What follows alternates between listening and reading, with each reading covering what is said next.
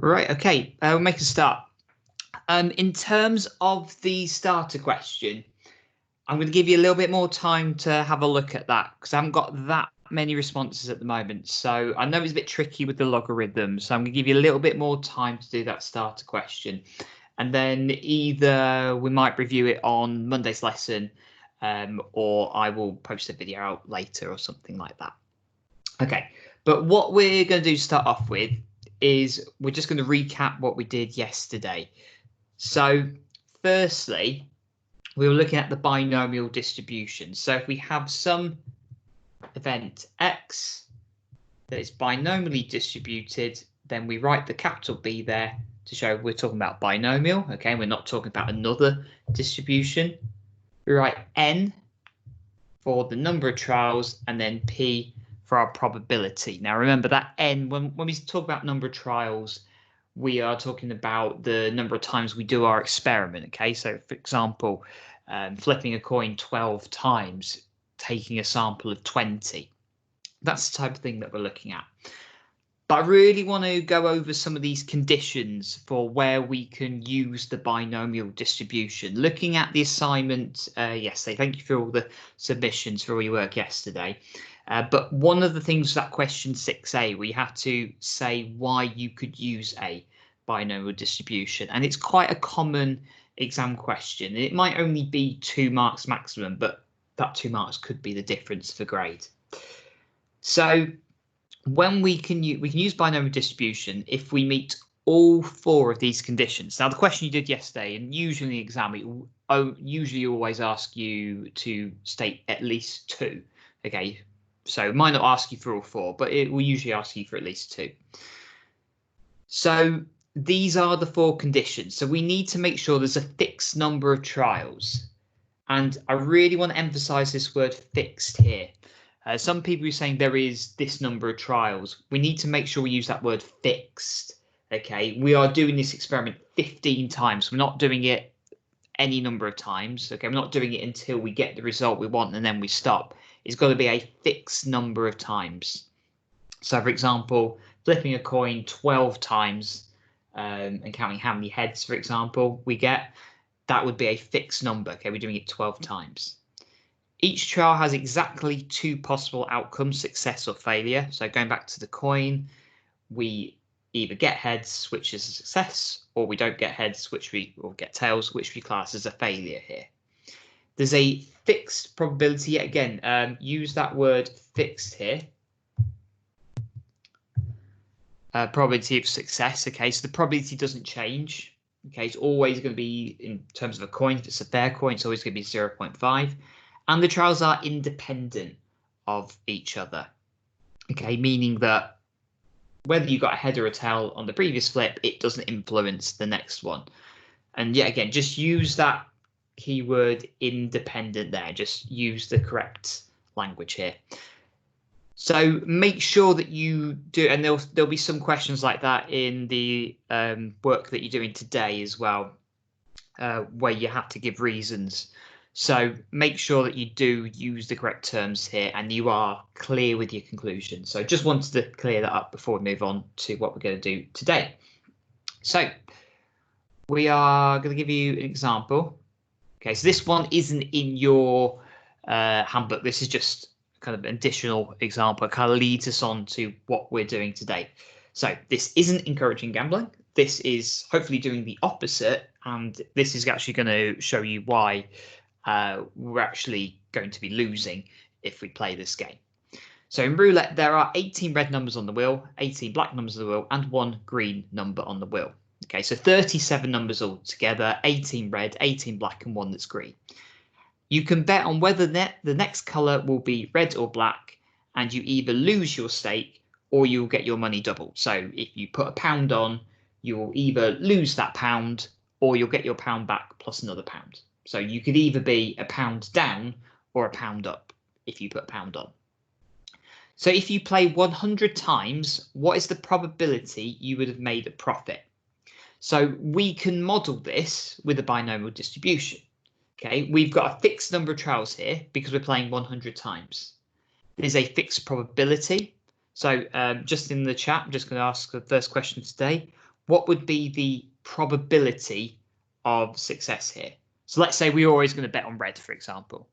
Okay, you can only bet on, we're just going to keep it simple. We either bet on red or black. Either way, the probability will be the same. So what is going to be our probability here? Okay, you can see 18 out of 37. Everyone agree? Okay, so we can see that's slightly less than half. So hopefully just there we can see why we don't profit from this in the long term.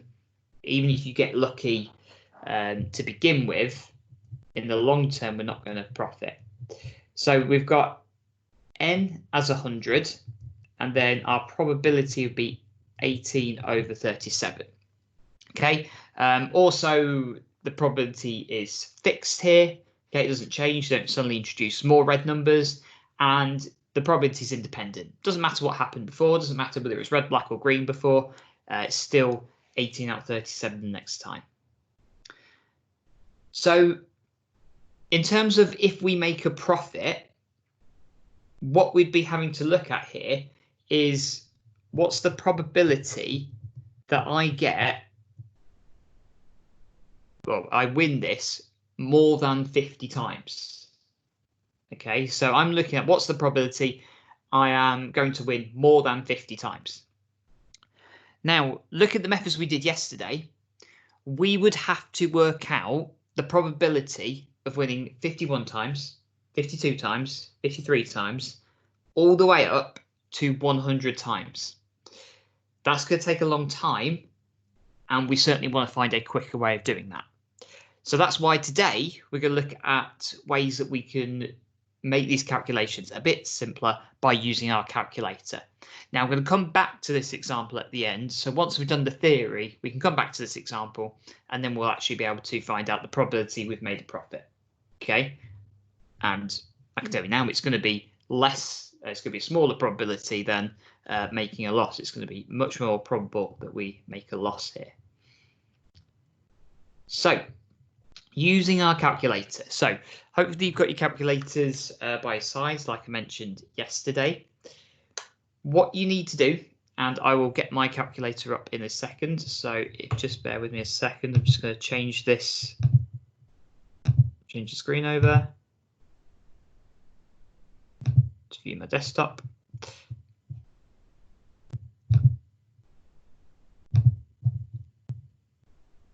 Okay, so hopefully, there we go.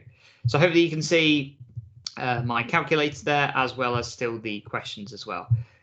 So firstly, what we want to do is on the calculator, you want to go menu, and then you want to go to 7. Now you'll get two choices here for binomial. You'll get binomial PD, and you'll get binomial CD. Now, the difference between these is binomial PD. Think of this as when you're looking for a particular value. So this, for example, might be where, let's say you've got probability of x equals 3. You're looking for an exact value.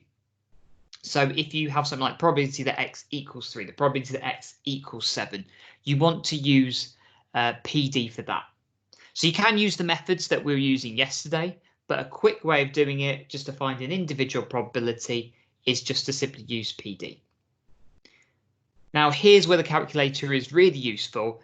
It's going to be really useful for doing the cumulative probability. So when we've got more than one probability that we wish to add together. The only way we would have had to doing it yesterday would be to add up all the probabilities that we want, but we'd have to do each one individually. And as you can see from our earlier example today, that's going to take a long time if you've got to do that 50 times. Okay, we can sometimes take shortcuts and find the probabilities that we don't want and then do one take away, but using this cumulative function is going to make life a lot simpler. So we're going to look at the cumulative probabilities here first. Okay, so our first example, we want to use binomial CD. Okay, so we've got our distribution with n is 20 and the probability of 0.15. So what I do on my calculator, so I go menu, So I need to press menu first. I then go 7. And then because this is asking me for 2 or less, I want to go press down and go to binomial CD. And then press 1. Then it'll give you an option of list or variable. Now, if you use list, you can do multiple calculations at once. Okay, here we only want to use variable, but the list option will be useful later next week, and we'll see why. But for now, we just want to press 2, the variable, like this. So when I use this, what it always will do is it will work out the probability. So whatever value I put in for x here, it'll work out that probability and the probability of every number less than that, and it will add it together. So it's a bit like when we were doing normal distribution, it's always looking to the left of that number. It's not looking to the right of it. So here, I want the probability that x is less than or equal to 2. So I'm going to put in x as 2. Because what that's going to do, it's going to tell me the probability that it's 2 plus the probability that it's 1 plus the probability that it's 0. Then I hit equals, and I'll put n as 20, and I'll put my probability as 0.15. Hit equals, and I get 0.40523 significant figures.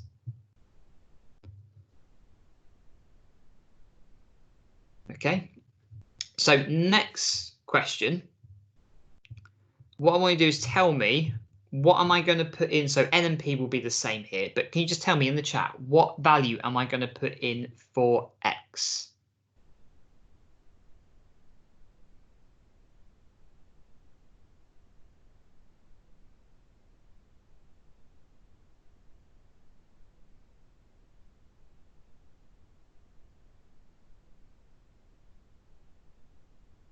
So just going to quickly check there. Okay, yeah, a lot of people saying 8. Sorry, I have to kind of just switch over my screen here while I'm in this mode. So I need to put in probability that x is, so I need to put x as 8 here, because there's probability that it's less than 9. So we don't want to include the 9. So I just would put 8 here, and when I hit equals, I get 0.99923 significant figures, which makes sense that it's quite a large number here, because the likelihood of getting, if you flip this on its head and say the probability of getting 9 or more is highly unlikely. You're doing something 20 times, but the probability of success is only 15% here, 0.15.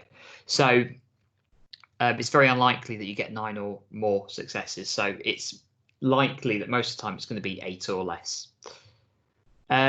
So then we get to the next one, and we have to be careful here. The probability that x is greater than or equal to 4. Now, what we don't do is we can't just put in 4 here, because if we do that, what the calculator is going to tell us, it's going to tell us the probability of 0, the probability of 1, 2, 3, and 4, and add it all together. Well, that's not what we want here.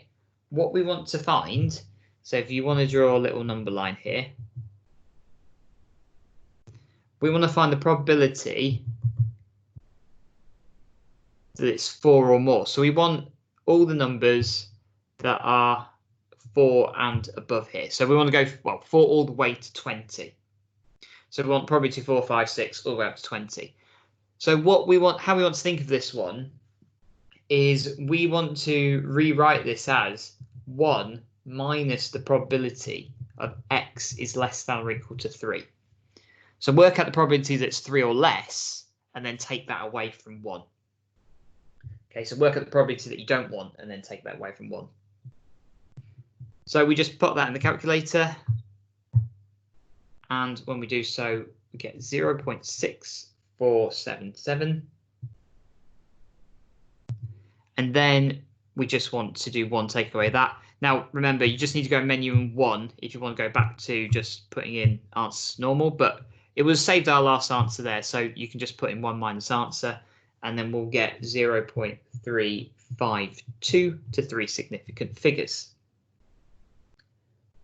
On the next question, yeah, again, we want to draw a little number line so we know what we're trying to find here. So we've got 1, 2, 3, 4, 5, etc. we want more than 2, so we're not including the 2 here. So we want the probability of 3, 4, 5, all the way up to 20. So here we would need to do 1 minus the probability that x is less than or equal to 2. So think about all the numbers that you don't want and then do 1 minus that. So we just go back to menu 7, still want binomial CD, and then we want to go variable, and then we'd put in 2, and then just put in our n and p again, as so. And we want to do 1 minus this. Sorry, that should be a 0. And we've got 0.595 as our answer. Right, I'm just going to switch the screen back now a second.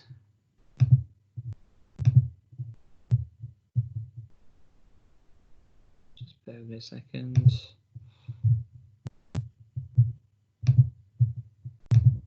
Right, there we go. So I'm just going to put a little quick poll. So this next one, you should see in the chat in a second question.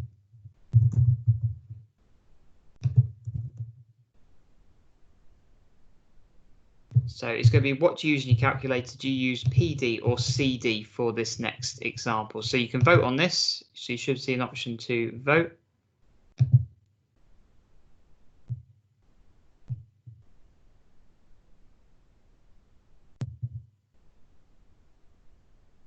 Okay, so you should hopefully see something that should come up in the chat. Let me know if it doesn't come up.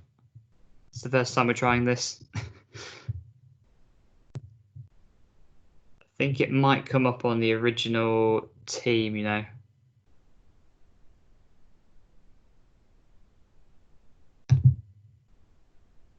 Okay, I can't see the poll, so maybe it hasn't worked. But what I want you to do then is just write down either, should it be PD or CD that we're using here? Yeah, I'm not sure about what hasn't worked. I'll look into it. But yeah, we want binomial CD. Okay, so binomial CD. So this time you're going to put, sorry, binomial PD. Sorry, binomial PD. We want to use because we're looking for a particular value. So this time we do binomial PD, and when we do that, we should get 0.103.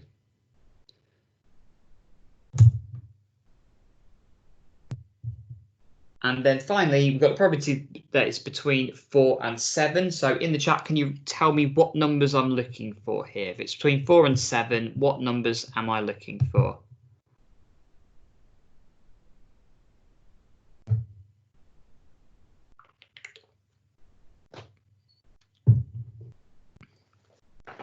Yep, 5 and 6, excellent.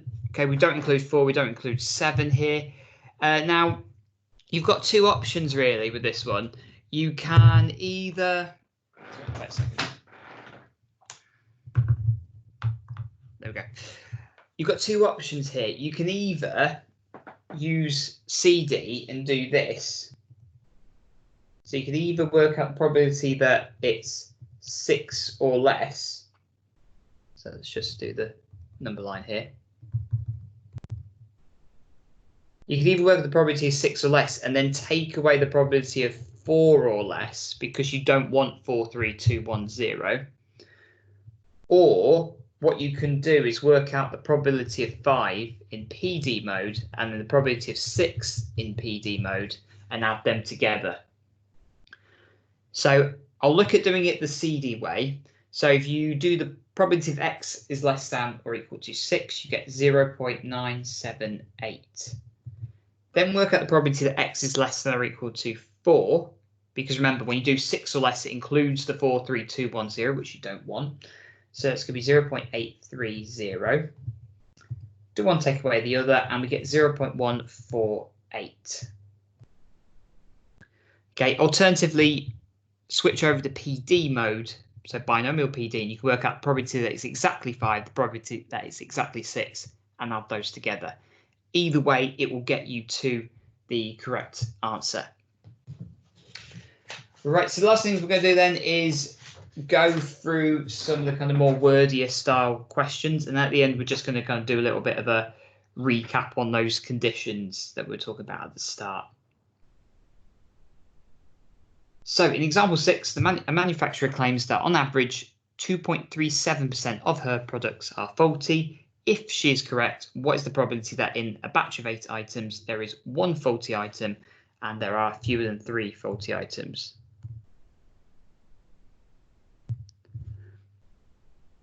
So firstly, I want to set up my binomial distribution. It meets all my criteria. I've got a fixed probability, fixed number of trials. The probabilities are independent. Okay, and there's a probability of success or failure.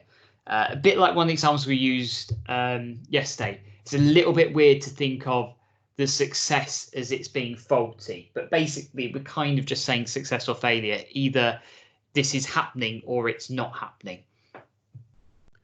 So our n is going to be 8 because there's 8 in our sample, and the probability that's faulty is 0.0237. So firstly, we're looking at there is 1 faulty item. So here I want to be in PD because I'm looking at exactly 1. Okay, I'm looking for a particular value. So think of that P as meaning particular. So work out the probability that x equals 1. So use PD on your calculator and you should get 0.160. If anyone does want me to have another look at showing you how to do it on your calculator again, do let me know in the chat. Otherwise, I'll keep just writing down the answers and you can check as you go along. And then we're looking at the probability that there are fewer than 3 faulty items. So fewer than 3 means less than 3. So we wouldn't put x as 3 on our calculator. We want to put x as 2 on our calculator because we include the 2, 1 and the 0, but we don't include the 3. So then put that on your calculator and you should, to 3 significant figures, get 0.999. Okay, it's quite a high probability, but if you think about it, if the probability of one item being faulty is probability that an item is faulty is 0.0237, the probability that there's 2 or less than faulty is quite probable. I mean, it's quite likely that there's none faulty at all in a batch of 8 if the probability is quite low. So that answer makes sense. This next bit, I do want you to have a look at this in your booklet, but I want you to have a go at this and read through it, and in your own time, fill in this part in the booklet and put your notes in there. If you want to check it, remember the note when you look at your assignment, the notes are there. But I'm going to skip through this bit because I want to get into the past paper question, show you how that works. But this just kind of look at the terminology. It's really important that you're careful with how you read these questions. So I want you to have a go at this in your own time after this lesson, and just make sure that you check your answers afterwards. Okay, so oh, that's messed up there. Right, so we've got this. So let's move this down a bit. There we go. So in our past paper question, for a particular type of plant, 45% have white flowers and the remainder have coloured flowers. Garden Mania sells plants in batches of 12. A batch is selected at random. Calculate the probability that this batch contains exactly 5 plants with white flowers. Now I'm going to say that it's unlikely this question would actually be 3 marks. This is from an older paper. You could still get a question like this, but because we can use our calculators, it's made a lot easier. So I'd probably predict this is only be 1 mark, perhaps 2 for writing your distribution. Okay. So firstly, for this question, we have the probability. So we write down what the distribution is to begin with. So we've got a sample of 12 and a probability of 0.45. For part A, we want the probability that it is exactly 5. So we're going to use PD here. We put in X as 5, as long as we're in PD mode. N is 12, P is 0.45, and we should get 0.222 when we do that. For part B, we're looking at more plants with white flowers than coloured ones. So just in the chat, what would we be looking for? How would we be looking at solving this? We want to find more plants, the probability that we get more plants with white flowers than coloured ones. So just write down like a method or a sum that we might do.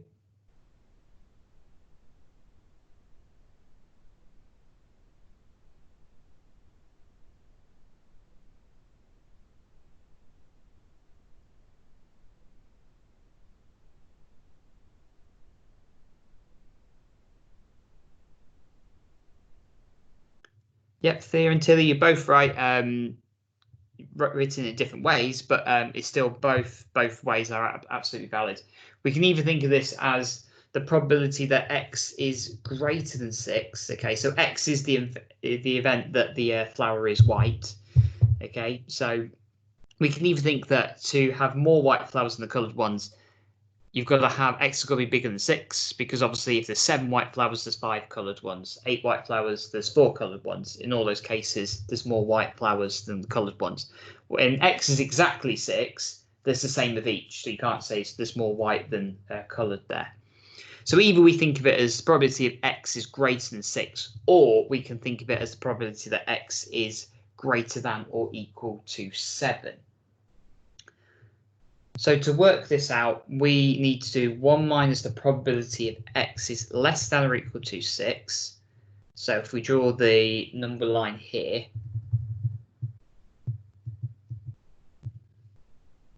you can see we're just looking at whether it's 7, 8, 9, 10 or more. Okay, so we don't want 0, 1, 2, 3, 4, 5, 6 in our calculation. So on our calculator, we work out probability that X is less than or equal to 6. So we do 1 minus 0.739, and that equals 0.261. So then the final part of this is saying Gardnermania takes a random sample of 10 batches of plants.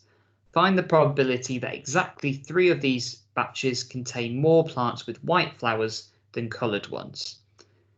So this is going to be a different distribution now. So I'm going to call this Y. Okay, just going to use a different letter here. So now we've got 10 in our sample. So N is going to be 10. And the probability, what is the probability that the batch contains more white flowers than coloured ones? Well, that's just what we simply worked out in the last question. So we're going to use that 0.261, because the probability that there are more white flowers than the coloured ones is going to be 0.261. So now we're not talking about just what is in the batch. We're talking about we've got a sample of 10 batches, and each batch has a 0.261 chance to have more white flowers than coloured ones. So then we just work out the probability that Y equals 3. Because we look at equals, we're going to use binomial, PD here, so we have 0.257. So just give you a second there to take that in. If you've got any questions, please put them in the chat below.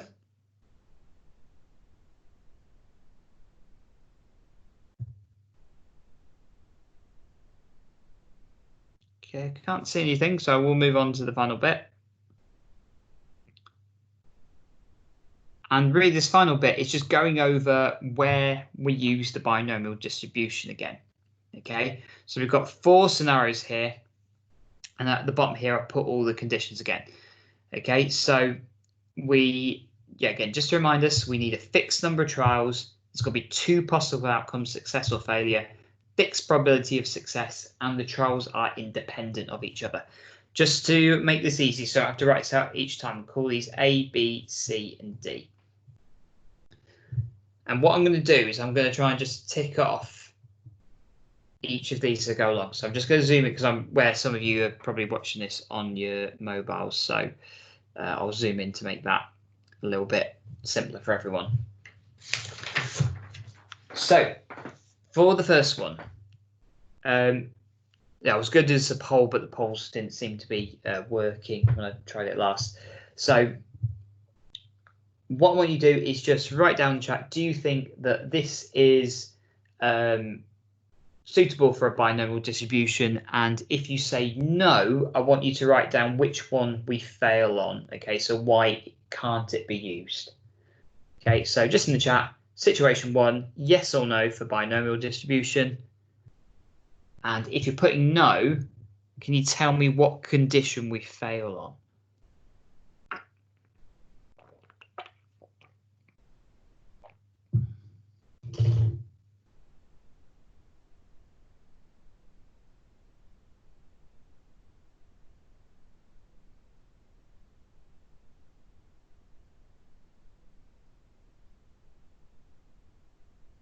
So can we use the binomial distribution for scenario 1?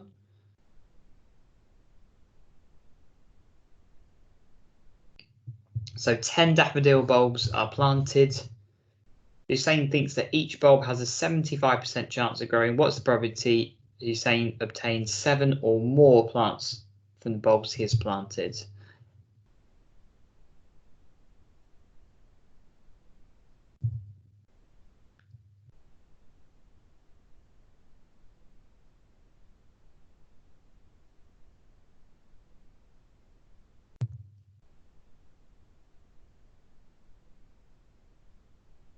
Okay, I'm going to go through. So I'll go through this then. Okay, so if we're not sure, so we go through our tests for this. Okay, so first off, okay, fixed number of trials. Okay, well, we meet that condition. We've got 10 bulbs. Each trial has exactly 2 possible outcomes: success and failure. Yeah, again, that's correct. Either it grows or it doesn't. Fixed probability of success. Now I can see what Thea, you're saying about and there's some other people as well talking about the fixed probability. Yeah, it's quite I guess it's quite ambiguous how you might look at this. He's saying that there is a 75% chance of growing, so we're going to use that as our fixed probability. Whilst it might not be that accurate, that's what we're saying is the probability. So he thinks it's that. So we're going to go with that is our probability that we'll use. Okay, we're going to use a probability of 0.75. And it doesn't matter what the other daffodils do. Okay, it doesn't impact how one particular daffodil is going to grow. So that 75%, that is our fixed probability here. Okay, it might seem that it's a little bit ambiguous, but we're going to use that as our fixed probability. Okay, 2. So I'll tell you now on 2, this doesn't work. Okay, we can't use binomial distribution, but which condition does it fall down? I'll just zoom in so you can see all of that. Okay, which condition does this fall down on? Or there might be more than one. So why and B can I not use binomial distribution?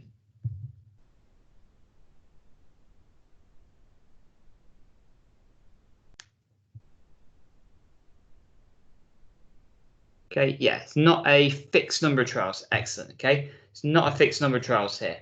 So whilst the other ones are fine, there's 2 possible outcomes. It's a fixed probability and the trials are independent. Okay, there are not a fixed number of trials.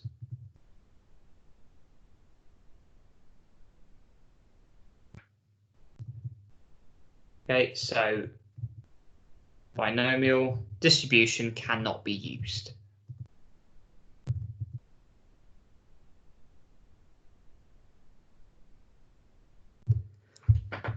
Okay, and then when we get on to example 3, so situation 3, now for all my tests, the first one is the fixed number of trials.